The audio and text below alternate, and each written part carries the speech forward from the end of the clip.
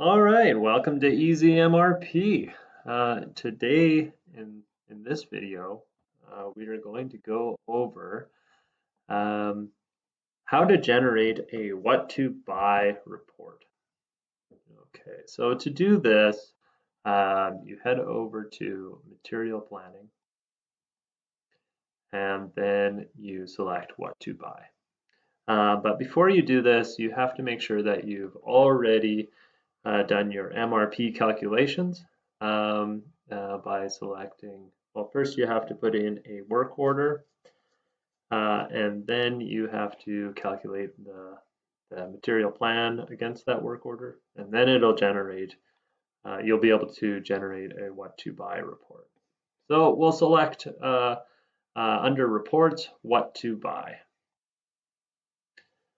Okay, and we're going to leave this sort selection as is. One thing to make sure that you have selected is costed. This helps you sort of see how much materials are required. So we'll go to data selections. And if there's anything in here already, you can just click this clear all data selections and it'll blank out all these fields. Okay, so there's numerous data selections I can select, but for this purpose, I just want to see how many or what materials I need to buy, and I'm going to do that by selecting the full range of parts. Okay, so from the smallest part number to the largest part number. And then I want to select a range of due dates. So I know that I have an order that is due on the 12th of December. But typically, those parts have lead times of maybe a week or more. So I want to capture those dates. So let's go from maybe today's date of November 24th, 2020 to December 12th, 2020. Okay, and then I can select preview. And what this does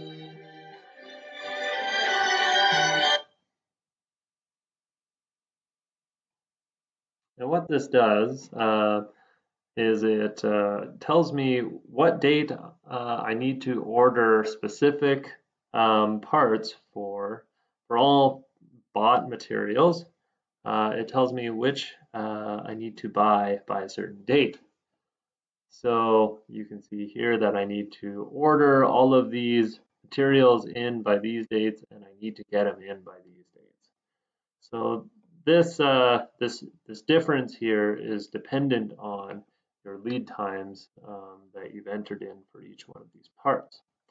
And also I can break it down by work order. So you can see that all of these parts are demanded by the work order that I put in for sales order 001. All right, so one thing that this report does not show is the units. So you would have to be fairly familiar with these units, otherwise you could make a pretty large mistake. So I know that the units of this 18 gauge steel are used in square inches, whereas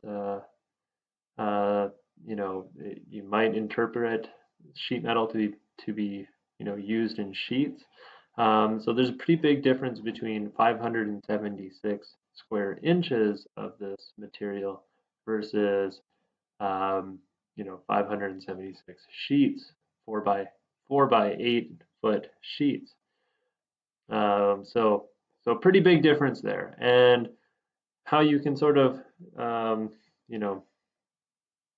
in a check for yourself is including the cost. So I would definitely know that 576 sheets of this material would not cost $18.75. So it's just another check to to make sure that you know your units. And so $18.75 for 576 square inches of this material makes sense to me. So it's just another way that you can validate the units here. But it would be nice to know the actual units um, of these parts. But anyway, this is the this video covered how you make a what to buy report based on a certain date range and part number range that you are interested in.